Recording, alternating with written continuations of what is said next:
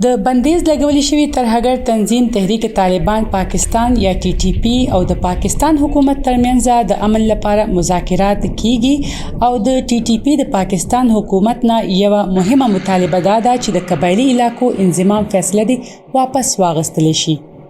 د پاکستان فوج چې د 50 رکنی جرګې د لارې د افغان طالبانو مرستې سره ټي ټي پی سره دغه مذاکرات کوي، پارلماني کمیټه ته پرستو کې ویلي دغه مطالبه منلو اډو سوال نه پیدا کیږي او که څه هم کیږي د آئین چوکاټ د لاندې بکیږي. خو که دغه امن مذاکرات د لارې د ټي ټي پی نورې مطالبې ومنل شي، سکیورټي فورسز یا ځواکونه د قبایلي ضلعو نه وځي، د دې غړي معاف کړی شي او دوی وسله وغورځوي او دوی د پاکستان آئین ومني، د فاټا پخواني نظام ته واپسی داسې غوښتنه ده چې که دا ومنل شي نو بیا به ملک کې 2 قانون او 2 نظام پیدا شي او د قبایلی علاقو خلک دا غني د سره به په قبایلی ضلعو کې یو مایوسی او بې اطمیناني خوره شي او داسې حالات په پیدا شي چې قبایلی علاقې به د اوسېدو پاتې نشي. نو دغه چې کومه د ټولو لپاره د مایوسی خبره ده، یو انسیکیورټي ده چې فیل کوي دلته خلک او دغه انسیکیورټي خدای مکه یو داسې انسیکیورټي ده چې زه وایم چې دغه نه به د قبایلو ضلعو خصوصي توګه زه وایم آبادي به ډېره کم شي، آبادي به دا کم شي چې خلک به ډېر انتهایی ډسپلیس لاړه بشي او کېدای شي ډېرې علاقې داسې وي چې خالي به یو پکنیک سپاټ ځنې جوړ شي او هغه هم په مخصوصو ورځو کې په علاوه بل تا خلکو ژوند چې کم دی انتهایی مشکل بشي او بلکې ناممکن بشي او دوی به هغه ځای پرېږدي.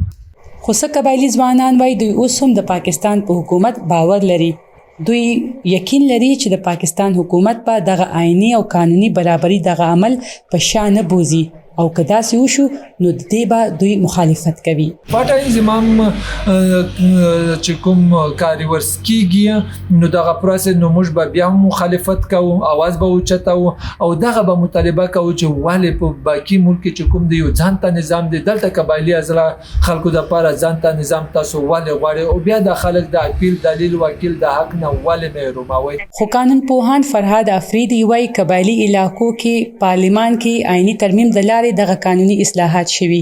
که دغه آئینی عمل واپس کیږي نو دا به هم د پارلمان د لارې کیږي، د دې بغیر که څه هم کیږي دا به څوک نه قبلوي. د پاکستان په آئین کې چې راغلي د 25م ترمیم او د هغې د لارې د علاقه زم شوې ده نو هغه به تاسو د 25م ترمیم رول بیک کوئ، د هغې دپاره به بیا تاسو ته د پاکستان په پارلمان کې 2/3 میجارټي پکار وي. که د دغې لارې نه بغیر څه داسې لاره کیدی شي نو هغه خو نه د پاکستان عدالت مني، نه د پاکستان آئین مني او نه د پاکستان ولسونه قبلوي. که بیا دغه شان په روغو جوړو او د یو ګروپ سره یا د طالبانو سره یا د بل چا ایکس وای زیډ سره دغه شان په میل ملاپ او په ناستې باندې داسې ډیمانډونه پوره کېدی شي دا مطالبه نو بیا تاسو ماته وایي چې د فاټا یا د قبایلي سیمو د ولسونو غږ به چېرته پاتې کېږي. د پاکستان ریاست د ټي ټي پی غوندې جنګیالي ډلې په وسله غورځولو او اوږدې مودې ډزبندي سره دا تنظیم تحلیل کولو